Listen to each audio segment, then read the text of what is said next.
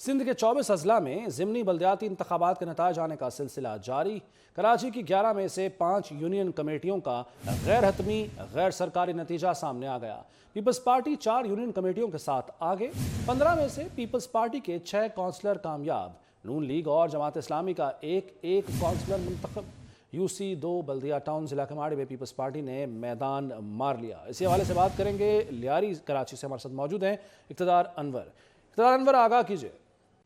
Question जवाब का आज सुबह ही से कराची में ज़िमनी इलेक्शन का मार्का हुआ और मजमूई तौर पर 26 नशिस्तों के लिए इलेक्शन थे, जिनमें 11 यूसी चेयरमैन और वाइस चेयरमैन के इलेक्शन थे। इनमें अब तक मजमूई तौर पर हमारे पास 6 नताइज जो हैं मौसूल हुए हैं, जिनके मुताबिक 4 यूनियन कमेटियाँ पाकिस्तान पीपल्स पार्टी ने और 2 यूनियन कमेटियाँ जो हैं जमात इस्लामी ने हासिल की हैं। इसी तरह काउंसलरों की 15 सीटों में से जो 9 के नतीजे हैं गैर हतमी गैर सरकारी वो मौसूल हुए हैं। उनमें 6 काउंसलर पाकिस्तान पीपल्स पार्टी के, 1 नून लीग का, 1 जमात इस्लामी का और 1 JUI के हिस्से में सीट आई है। तहम पाकिस्तान पीपल्स पार्टी की जानिब से अब से कुछ देर कबल सूबाई वजीर सईद गनी ने 5 यूनियन कमेटियां जीतने का दावा किया है, जबकि जमात इस्लामी की जानिब से भी 5 यूनियन कमेटी जीतने का दावा सामने आ रहा है और एक पर पाकिस्तान तहरीक इंसाफ कहती है कि उसने औरंगी टाउन की जो यूसी है वो जीती है। तहम जो लियारी की सीट थी, जिसमें सबसे ज़्यादा टफ और हम कहें कि आज का मार्का यहाँ था, यहाँ जमात इस्लामी के जो उम्मीदवार थे जवाद शुएब, उन्हें तकरीबन 700 वोट से शिकस्त हुई। उनके भाई यहाँ के MP हैं। पाकिस्तान पीपल्स पार्टी ने कोई 40 साल बाद यहाँ से जो सीट है वो जीती है। बिल्कुल इसी तरीके से मोमनाबाद की जो यूनियन कमेटी है, वहाँ पर तहरीक इंसाफ बहुत ज़्यादा कॉन्फिडेंट थी कि वो सीट निकालेगी, लेकिन वहाँ से तहरीक इंसाफ को शिकस्त हुई। नून लीग और पीपल्स पार्टी के मुश्तरका उम्मीदवार शाह फैसल टाउन में इलेक्शन लड़ रहे थे, उन्हें जमात इस्लामी के उम्मीदवार ने शिकस्त दी है। कराची में नताइज आने का जो सिलसिला है वो अब भी जारी है। तहम सुबह से लेकर अब तक किसी भी किस्म की जानी नुकसान जो है वो इस इलेक्शन में नहीं हुआ। 15 जनवरी के बाद ये दूसरा मौका है कि इस किस्म के गली मोहल्ले के इलेक्शन में अल्लाह पाक ने बड़ा करम किया और किसी भी किस्म का जानी नुकसान नहीं हुआ। तहम रिजल्ट आने, एक दूसरे पर धांधली के इल्ज़ामात लगाने और प्रेस कॉन्फ्रेंस का जो सिलसिला है वो अब भी जारी है। इलेक्शन कमीशन के मुताबिक अगले 2 रोज़ में सरकारी नताइज जारी किए जाएंगे। ठीक है इक़्तिदार, साथ ही रहेगा। जावेद कायम खानी ने औरंगी टाउन से हमें ज्वाइन किया। जावेद, आपके पास क्या मालूम, अब तक क्या नताइज सामने आए हैं? बिल्कुल जी, जहां मैं मौजूद हूँ औरंगी टाउन यानी कि वेस्ट है, और वेस्ट और किमाड़ी के अंदर जो इंतखाब हुआ था उसकी 3 नशिस्तों पर अब तक जो है वो रिज़ल्ट अनाउंस नहीं किया गया। अभी तक जो है वो गैर हतमी नतीजा भी नहीं आया। काउंटिंग का अमल अभी भी जारी है।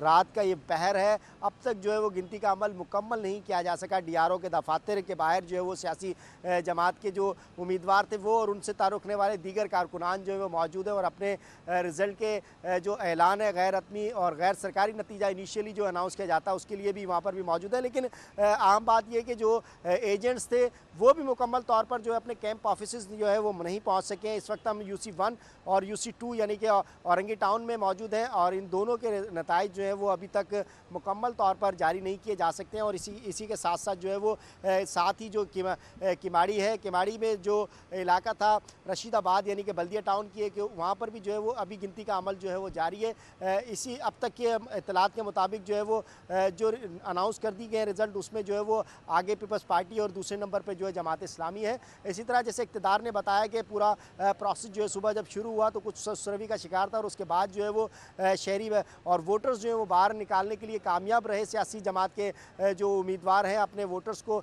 बाहर निकालने में कुछ ज़रा कामयाब हुए, लेकिन वोटिंग का अमल मुकम्मल होने के कई देर गुजर जाने के बावजूद जो है वो अब तक रिज़ल्ट जो है वो कंपाइल नहीं किया जा सका है। और इसका हतमी ऐलान जो है वो इलेक्शन कमीशन की जानिब से 2 रोज़ के बाद किया जाता है और 2 रोज़ के बाद किया जाएगा।